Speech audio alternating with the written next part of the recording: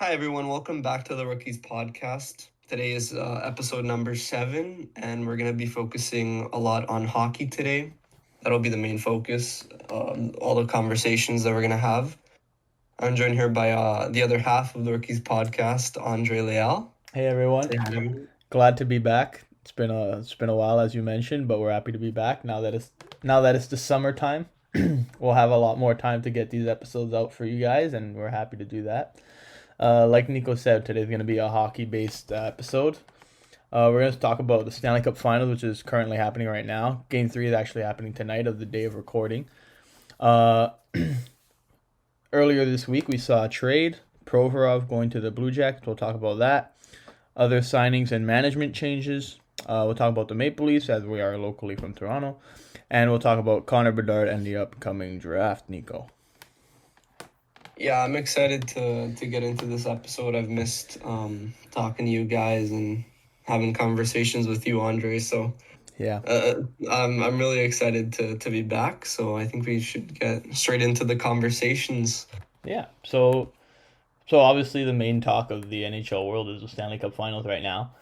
And I mean, before we get into like the current finals, like we can talk about the two teams that are there. I mean, Vegas and Florida. I mean, no one really expected Florida to come this far. Like, I mean, you've watched the playoffs pretty well. Yeah. Like, you can tell I me don't about. think anybody would have bet any money on them making it this far. No, like, I don't think anyone. First of all, I don't think anyone had them beating Boston, Yeah, and then out of and all then games. and then also to beat Toronto as well in 5 games. People are lying if they if they said like, "Oh, I knew this was happening." Yeah. No one knew that. Like, it's a crazy Cinderella story. I Um, mean, we all knew that Toronto had like, a strong team, but like maybe someone out there would have bet for them to beat Toronto just because of the whole like first round exit thing. I would say, people who would like maybe place that bet or prediction would be like people actually from Florida who love their team so damn much. Yeah, It's like probably. when you pick your team to win the World Cup.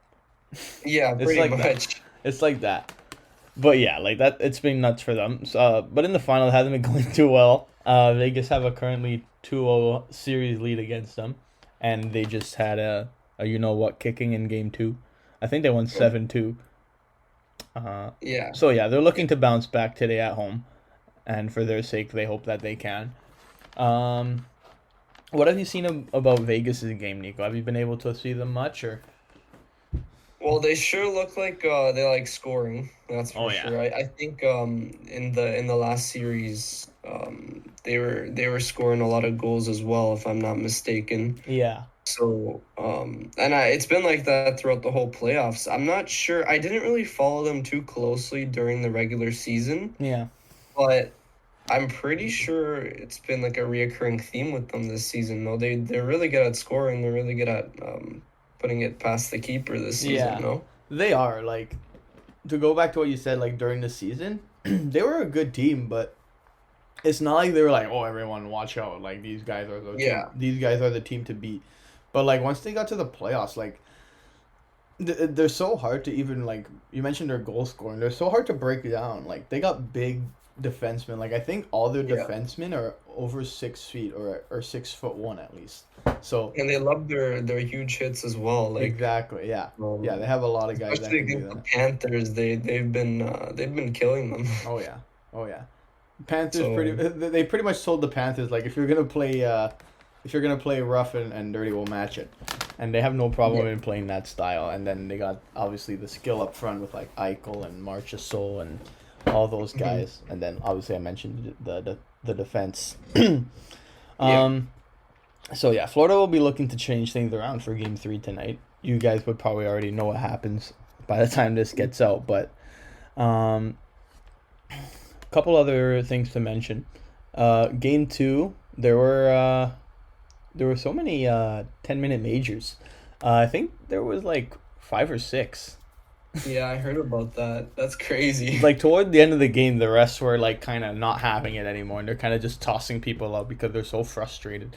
There was one point. One I remember was after the whistle, like there's like a scrum behind the net or whatever. This was like late in the game, and Kachuk, I forgot who was next to him, but Kachuk kind of like just knocked someone's stick out of his hand that he was just like standing, like kind of just holding it with his hand and blade touching the ice, kind of just like holding it like that, and he kind of just knocked it out of his hands, and the rest like, you're gone.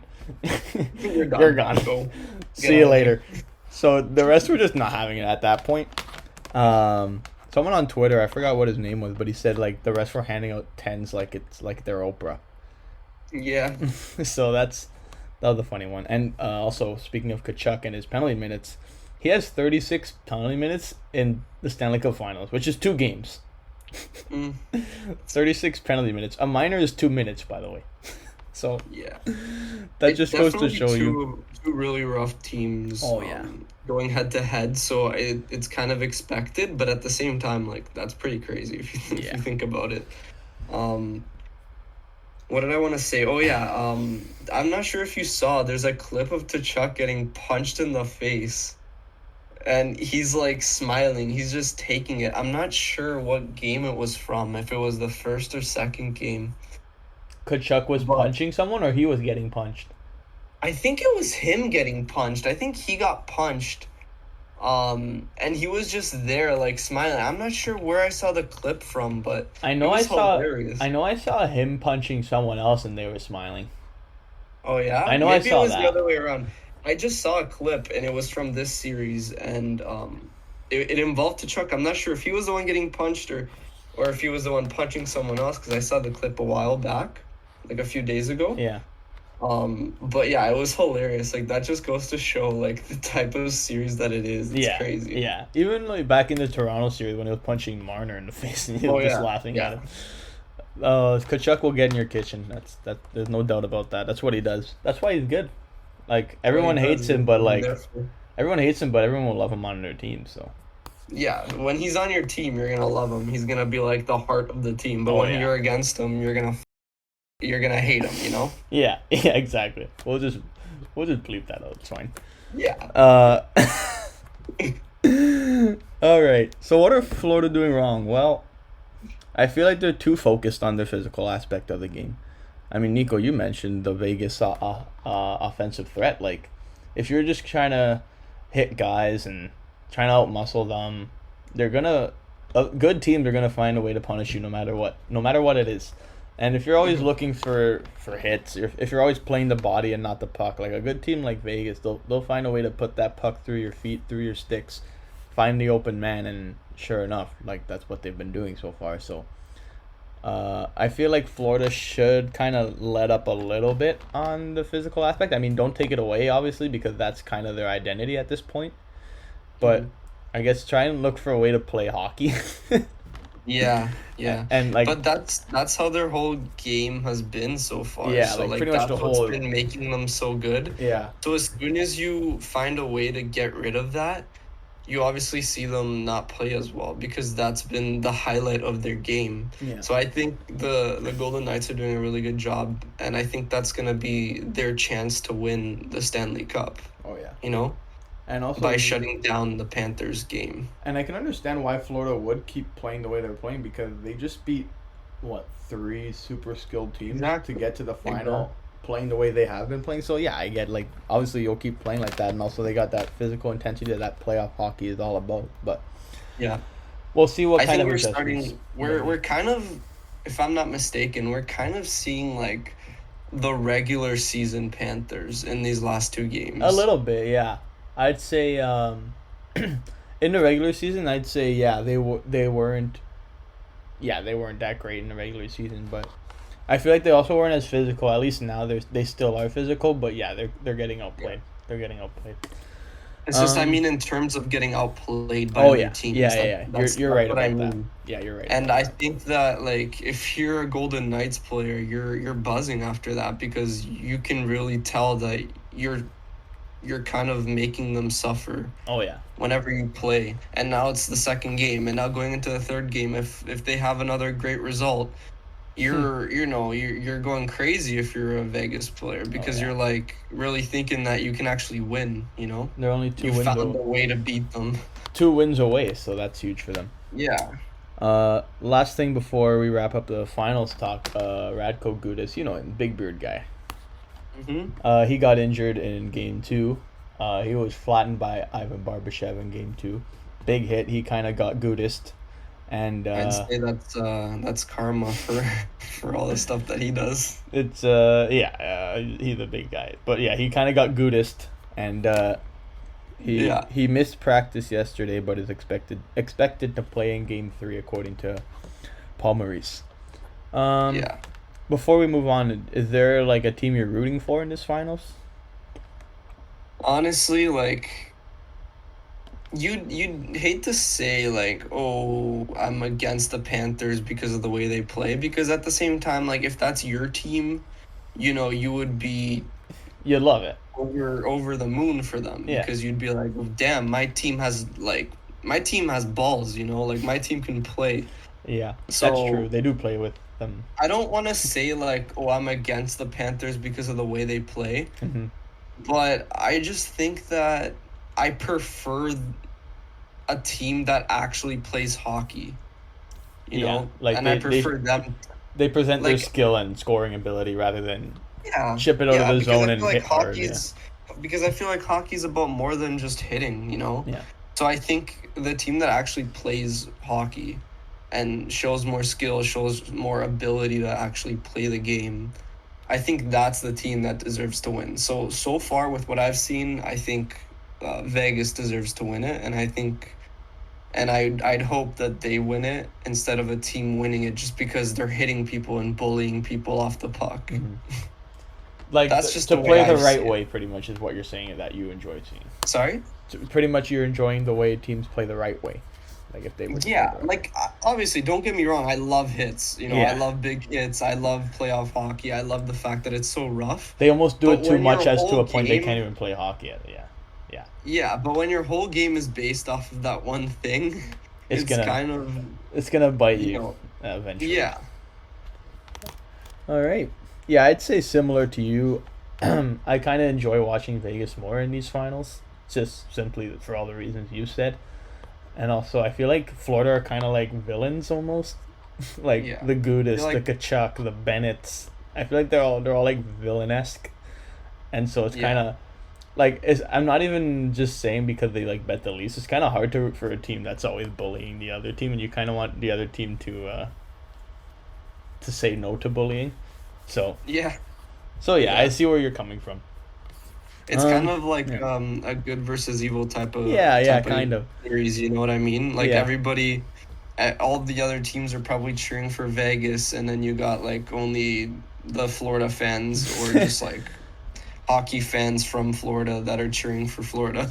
I wonder if because obviously Tampa is from Florida too. I wonder if Tampa Bay fans they like switch over to Florida. You think that's the thing that happens?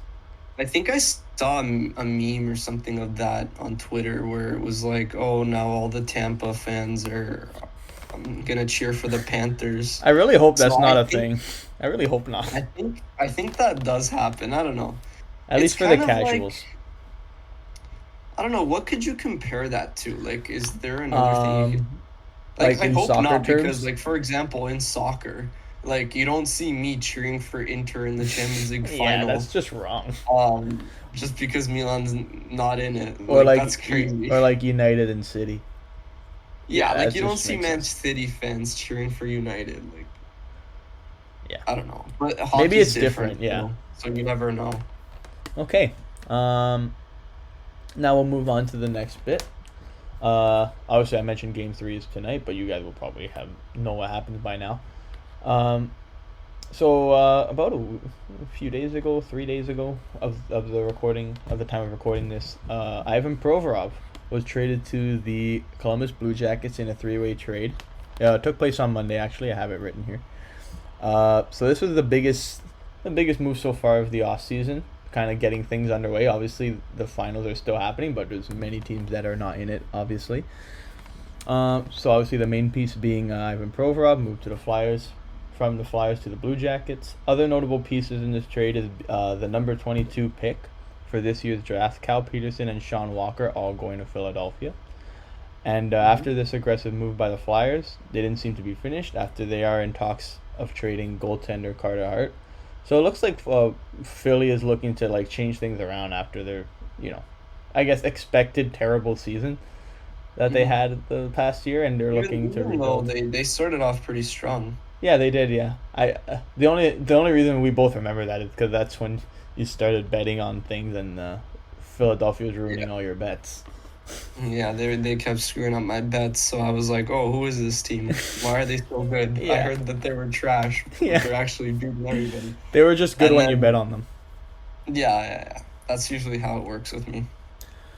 Um, so out of that trade, obviously there are other rumors with the season ending and things such like that. So the goaltender market specifically is heating up. So I've mentioned Carter Hart from the Philadelphia Flyers, John Gibson of the Anaheim Ducks. He's been there for a while. He's like a star. You know that meme of like the Bugatti in like the hood, like rundown Yeah. house. That's pretty much him in the Ducks team, kind of. Mm. He's been there for a while now, but he deserves to be in like a good team. So he's rumored to maybe move around. Connor Hellebuck is in his last year of his contract, and he's obviously with the Jets. He said a couple days ago or a week ago, he's not looking to rebuild. Like he doesn't want to be on a team that's rebuilding. So I guess that's up to Winnipeg if they want to rebuild. I don't think they should because they still got good pieces. They should just move around their core, I guess. But he might be a player that might be moved, and obviously Thatcher Demko from the Vancouver Canucks are all names to be traded around draft time, allegedly. Yeah. Moving on to signings, we saw a couple deals happen. A few deals. One I don't have written here is Andreas Athanasiou was signed yesterday at the time of recording this. Vladislav Gavrikov re-signs with the LA Kings for 2 years at $5.875 million per season. Part of the LA Kings three-way trade that I mentioned earlier was to give cap space to sign this guy. I feel like they signed him a little too much, but that's okay. And moving on to Cole Caulfield, obviously star right winger for the Canadians. He re-signs with the Canadians for a mighty 8 years at 7.85 per season. Obviously, a key piece to the future of the Habs. Any thoughts on Cole Caulfield, Nico? Obviously, I think you've seen him a little bit this year. He's been injured for most of the year, Yeah. but you know what he's about. Yeah, I was disappointed because even though I wasn't really following hockey before this year, Yeah. I kind of heard about him last season. Last season was his rookie season, right? Or was it the one before? The one before. Okay. Yes, yeah, because this is the last year of his entry level. That's why you signed. Yeah, Mm. yeah. So the 2 So, years so ago I've was yeah. yeah, I've heard of him before this season. So I was kind of excited, like getting into hockey, seeing like who Yeah. all these like players were with big potentials, and he was one of them. So yeah, I was disappointed. So I'm glad that he's continuing his time with Montreal. I think Yeah. they're a good young team, and Yeah, they'll they be really definitely good in the future. They'll be a they really good definitely team. know how to like take care of their prospects and like develop Oh players. yeah. So I think it's a good team to stay on for him. Yep. And you never know where he's gonna go in the future, but I think for the time being, it's a pretty good stay for him. Yep. I agree. That's what I think. I agree. We've also had a few management changes. A few there's been many, but a few notable ones. Mike Babcock is projected to be the next head coach of the Columbus Blue Jackets. He's still under contract with the Toronto Maple Leafs. As he was fired about 5 seasons ago. How long was his contract? I don't know. I guess it was really long because it's still going until June 30th. Damn. So once it hits the 30th, then it's expected that he will sign with the Columbus Blue Jackets. So he got fired and he was just like sitting back at home for like 4 years. Yeah, pretty much. just I heard he collecting the was money. like helping some coaching and development at some like universities, but I can't remember specifically where. I think it was somewhere in Saskatchewan. But yeah, he's pretty 'Cause- much I guess just been hanging around. Because if you're under contract, you can't be at another team, right? Yeah, pretty You much. have to, You can't be like like even if you get fired, yeah, you can't be but- like talking with other teams or yeah. unless they like resolve the contract, I guess. Yeah, I guess so. Yeah. So yeah, obviously by the 30th he's expected to sign with the Blue Jackets. Um, I don't think you know the story about Mike Babcock, do you? When he was at the Leafs. No, not really. I know his name, but It I'm not really it was familiar a with while what ago. happened. So yeah, it was a while ago. So basically, after he got fired, there's I think when that season ended after he was fired, there were some news that came out where the way he would like treat his players and stuff, and even play like he used to coach the Detroit Red Wings before the Maple Leafs, and some retired players would come out and say like, "Oh yeah, like I hated this guy. He did this and blah blah blah blah." But one Hmm. crazy story like coming out of the Maple Leafs was after he was fired, news came out saying that um, when Marner was a rookie, I think in his rookie year. So this is like Babcock's like second season in charge, I think. He made him write a list of like from best to worst or worst to best, doesn't matter, of like the players he thought were that worked the hardest in practice. So obviously at the top you'll have like the hardest working, at the bottom you'll have the least hardest working player in the team. And a rookie's writing this, and so whatever, he does it for him. He doesn't know any better, first year in the league, and Babcock like the next day he like presents it to the team.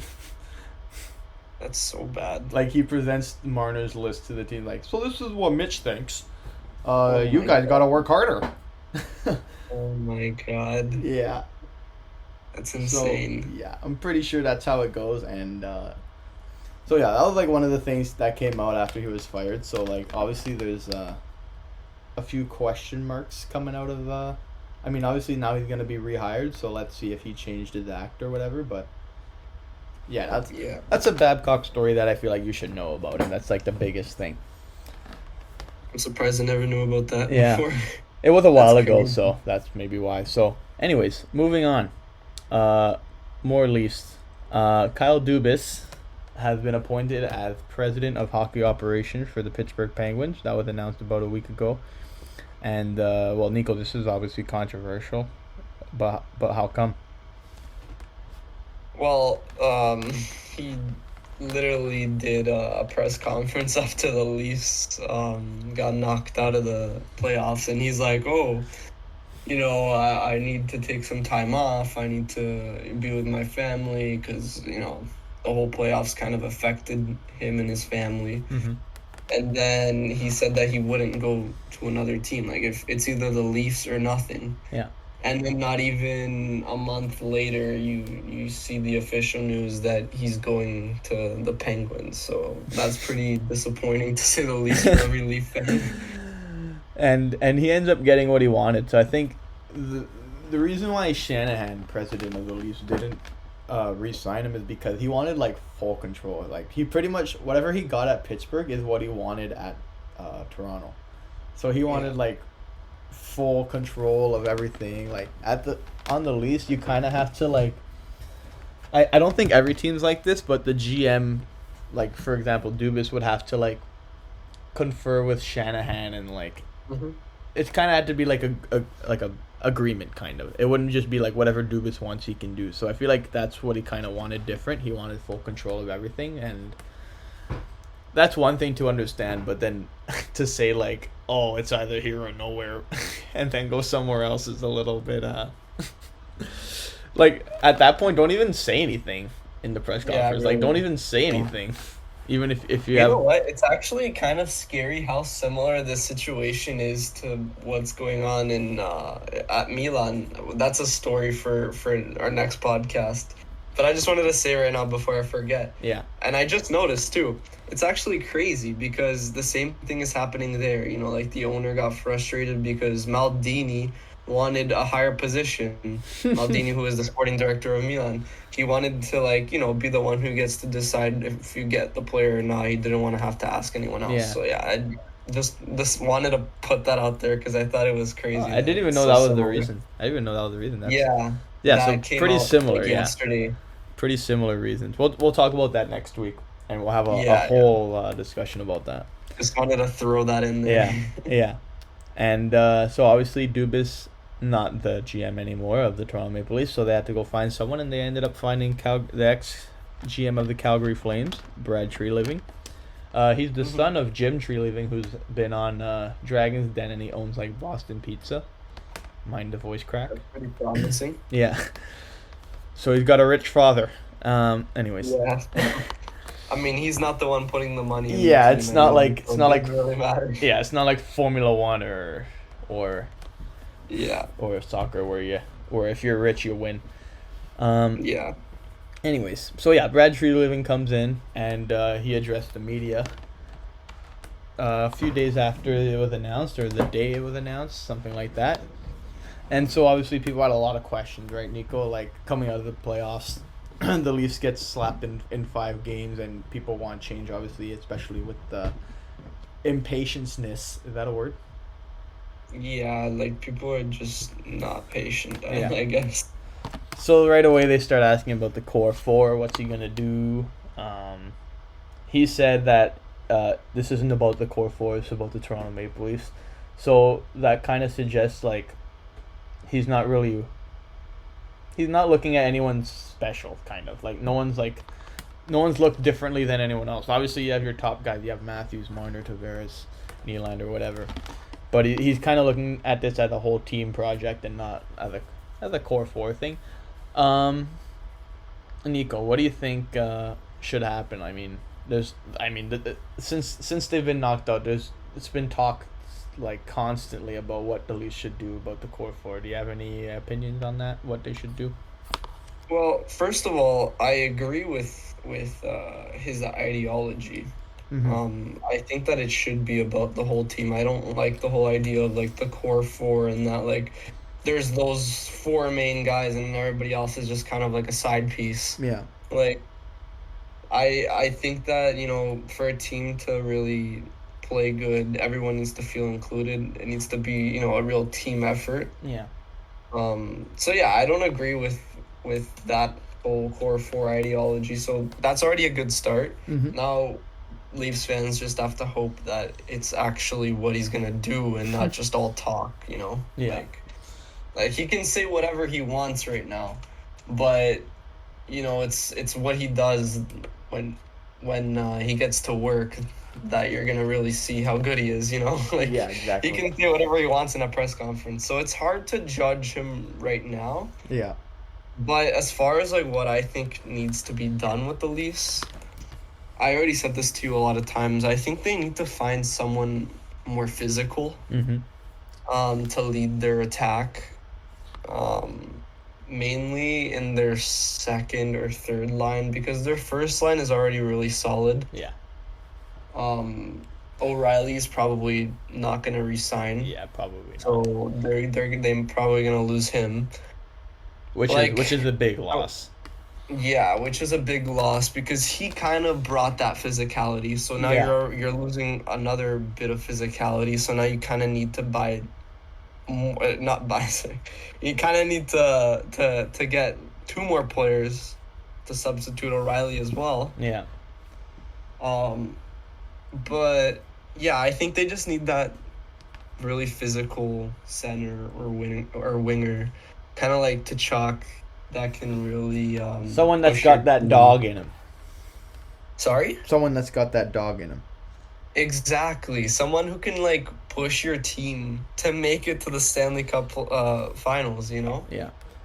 Like whether you're playing good or playing bad, that player is gonna work hard on anyways. every puck. He's gonna fight on every single moment that he can.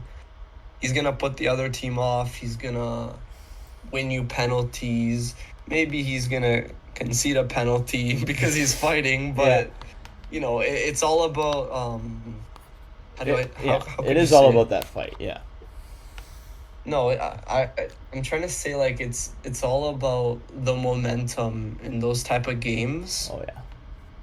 That's proven with the Panthers. That's proven with the Panthers. Yeah. Yeah, like let's say you're down by a few goals or the momentum is against you in a certain moment of the game.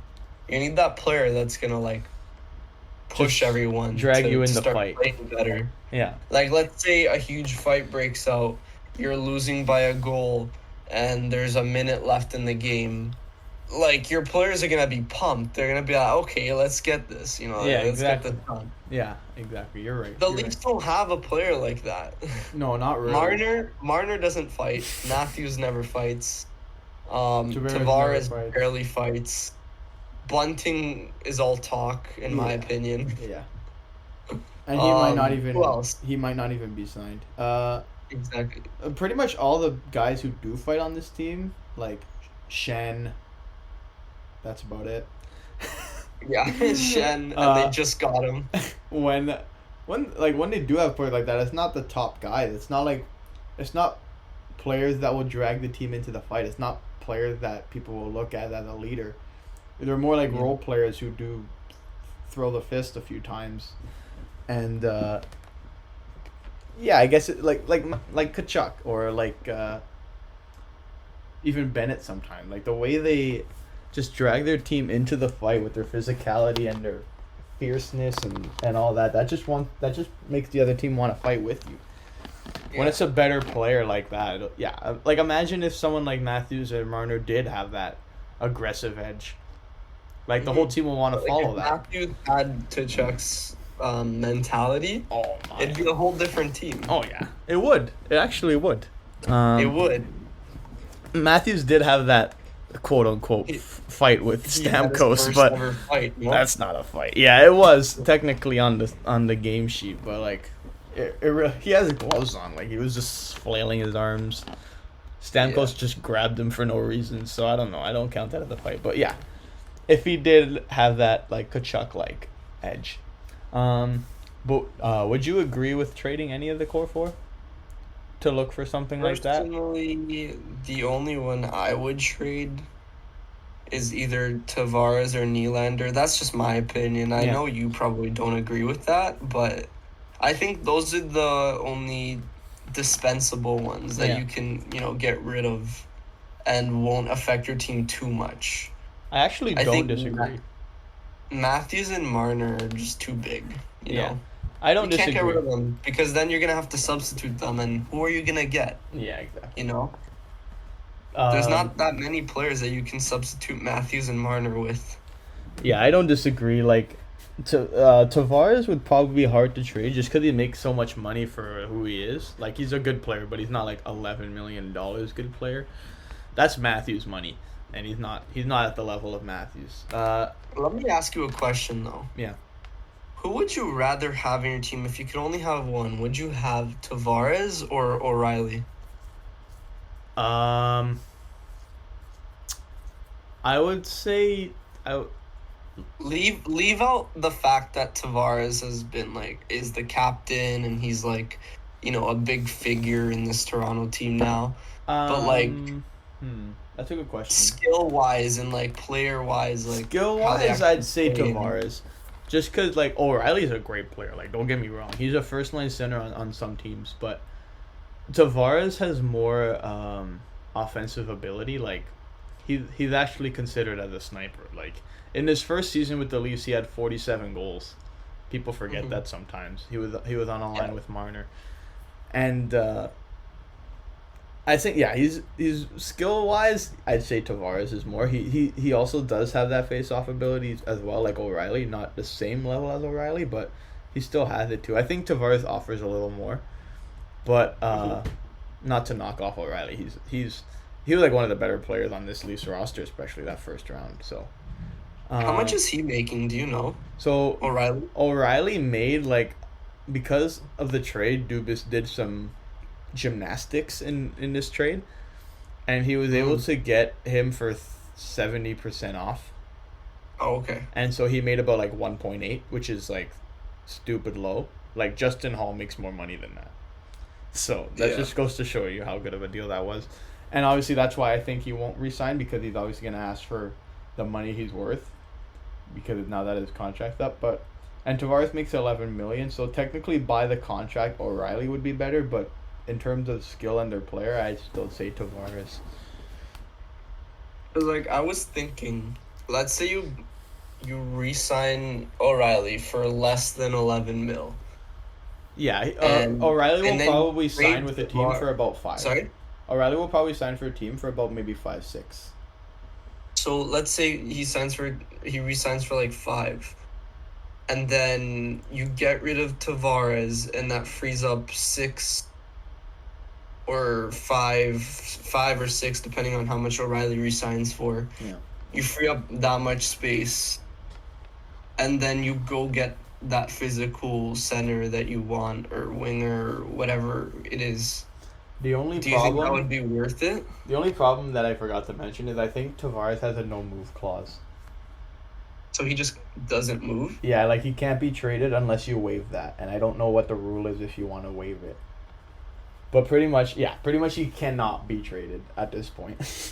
Damn. So This it's guy, like this is so, a really good deal. 11 mil and the do not move clause. yeah, exactly. Yeah, he's got it good, and he's playing at home. He just guaranteed the bag. And he's the captain. He's playing at home for the home team.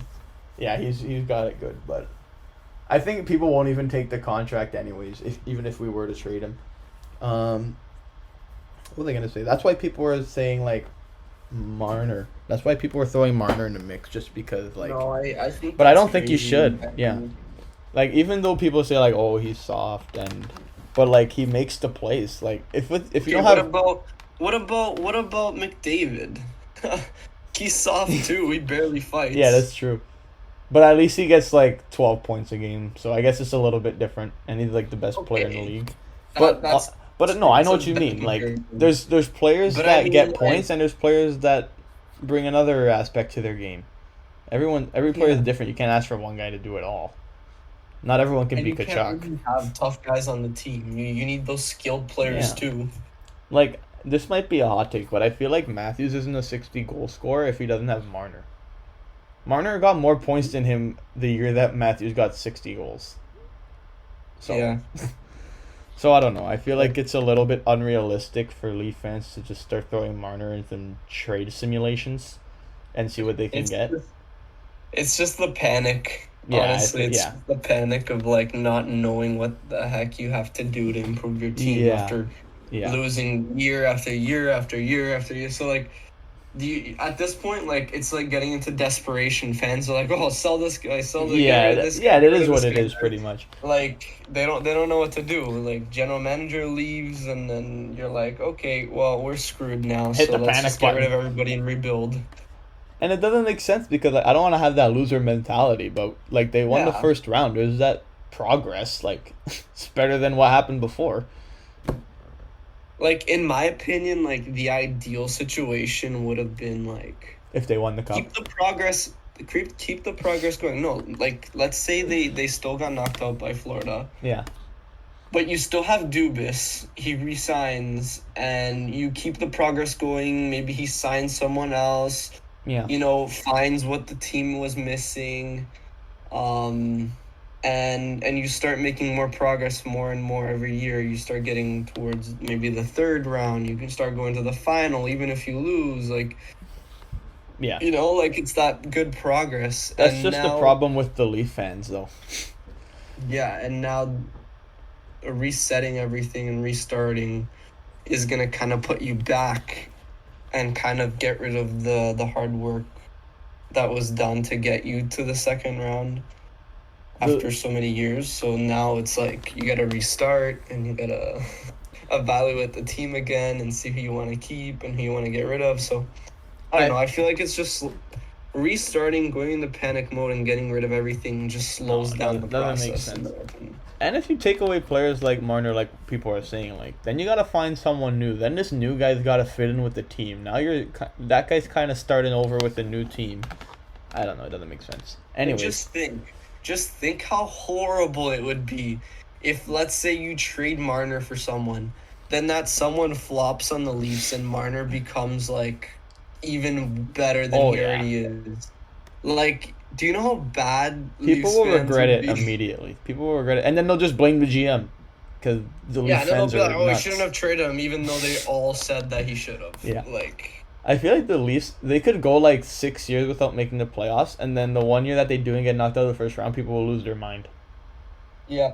That's what it Yeah. is. Like they'll lose their mind. Okay, that was a good little discussion about that. Before we wrap up the Leafs talk, they do have 13 UFAs, so like we're saying, they have a lot of work to do. Tree Living has his work cut out for him in his first year with the Leafs. So Yeah. yeah, probably O'Reilly won't sign. Bunting, I hope doesn't. Kerfoot has been okay. He's not the greatest. We might see a lot of changes. Anyways, now it's time to talk about your favorite player. We have Connor Bedard coming up, and Well, I hope he's not just my favorite player. yeah, you and the other 15-year-old girls. Oh, okay. Okay. So how long ago was the draft? The lottery, like a couple weeks ago now, I think. And It's been like a month. oh yeah, has it been that long already? I think so. I think it was end of April, no? Oh wow. Okay. Or sorry, Maybe beginning of probably May. start of May, maybe. We were still in school in the end of April. I don't think we were talking about it at school. Maybe start of May. Start of May. Okay. Okay, calm down. Yeah. So the Blackhawks won the Connor Bedard sweepstakes, acquiring that first, not acquiring, but winning that first pick. Mhm. Nico, many people think the draft lottery is rigged. Would you agree with that? Do you have an opinion on that? Well, when everybody was saying that, I had no idea why people were saying that until you explained it to me that, they had Patrick Kane and then and then he left and now they're trying to put another superstar there. So, yeah, I don't know. I don't want to get into like speculations and be like, oh, it's rigged. Like personally, I have no idea. I'm just gonna say, it is what it is. They got him, whatever. Yeah. Let's see how it pans out. Who knows? Maybe he won't stay there for his whole career. You never know. Like maybe he'll only stay there for a few years and then he's gonna leave. Like no one knows if he's actually gonna be like the next Patrick Kane. Yeah. So who knows? Maybe it won't work out the way that the Blackhawks want it to. So let's just wait and see. But I think it's huge for them. Yeah. I think it's going to be huge, and especially after losing Patrick Kane. Now you get Bedard, and it's like, oh, okay. We're Thanks. back to business. They wasted no time. Yeah. Yeah, for people who say it's rigged, I don't know as well. Like, Bettman does have those sneaky, like, he almost, like, had that sneaky look in his eyes sometimes. And like, in previous draft lotteries, he's made some weird faces. Like, when Montreal won the lottery pick, he had this weird face like, that wasn't supposed to happen. When was the last first overall pick that went to a Canadian team? It was, it would be the Canadians. I think it was last year. Yeah, in the Shane Wright draft. Okay, so they got him. He was number 1, right? No, actually they passed on him, and then he went to the Kraken at number 4. Oh, okay. Yeah, did this whole thing. He like stared down the Canadians draft table as he went up to the stage. As he was selected 4th, he gave them a little stare down. But yeah. Anyways. Wow. So is it good? Like, I have here written down, is it good or bad for the Blackhawks? And I think, well, no, it's good for the Blackhawks, but for the league in general, people are saying it's rigged. Like, Bettman wanted him to go to another big market and whatever, make the money, la la la la. People wanted him to go to the Ducks, and because they have like Personally, Zegras. I think it's good for the league. Yeah, Like, I think I it's don't know good what too. we're talking about. I think going to the Blackhawks is good because it's gonna make them competitive again. It's gonna add more teams to the mix. Yeah, I was gonna say, like, they probably won't be like in their first year. I don't imagine they'll be crazy good. Like, cause obviously, like, it's Bedard and then Seth Jones on defense, pretty much. Like, they pretty much have no one. But it opens all these possibilities for free agents that want to sign there more, to get to play with him. And also, Chicago's a nice city. In general, it's just good for the league. Like, Chicago's a nice market. Like, even though people are saying like that's why they think it's rigged, but like, yeah, that's not a bad thing to have a big market having a good team. Like, that's what grows the league, kind of, I think. I don't know. Mm-hmm. I don't know. I guess, yeah, if he does go to a smaller market, then that market grows. But I don't know. I feel like it's still like it's not terrible that he went to the Blackhawks. Yeah, I feel like it would be worse if he went to like Arizona or something, right? Sorry? If he went to like Arizona, like they don't even Yeah, if have he an went to arena. Arizona, like that team is literally no In- one even knows what's going on with that team. Like, you know how bad it would have been if they got it? Like Yeah, exactly. They might not even be Arizona in the next couple of years. Anyways. exactly. So you don't know.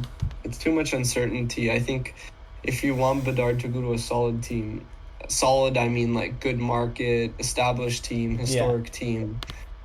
Who other than the Blackhawks? Like, I think it's perfect for him. The only team I And would if he rather. wants to be like that franchise player, he can damn well do it at the Blackhawks. Oh yeah, you know, for sure. So he can stay there for his whole career and become a great player for them and really start winning them some titles again. So And have his statue built outside. Right, lad. Right. I don't know. He probably won't get a statue, but whatever.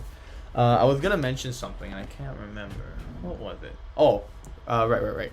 So, we're obviously just assuming like Chicago will pick him. Like, I'm pretty sure they're smarter than that to not pick him. Could you imagine? Could you imagine? Like, psych.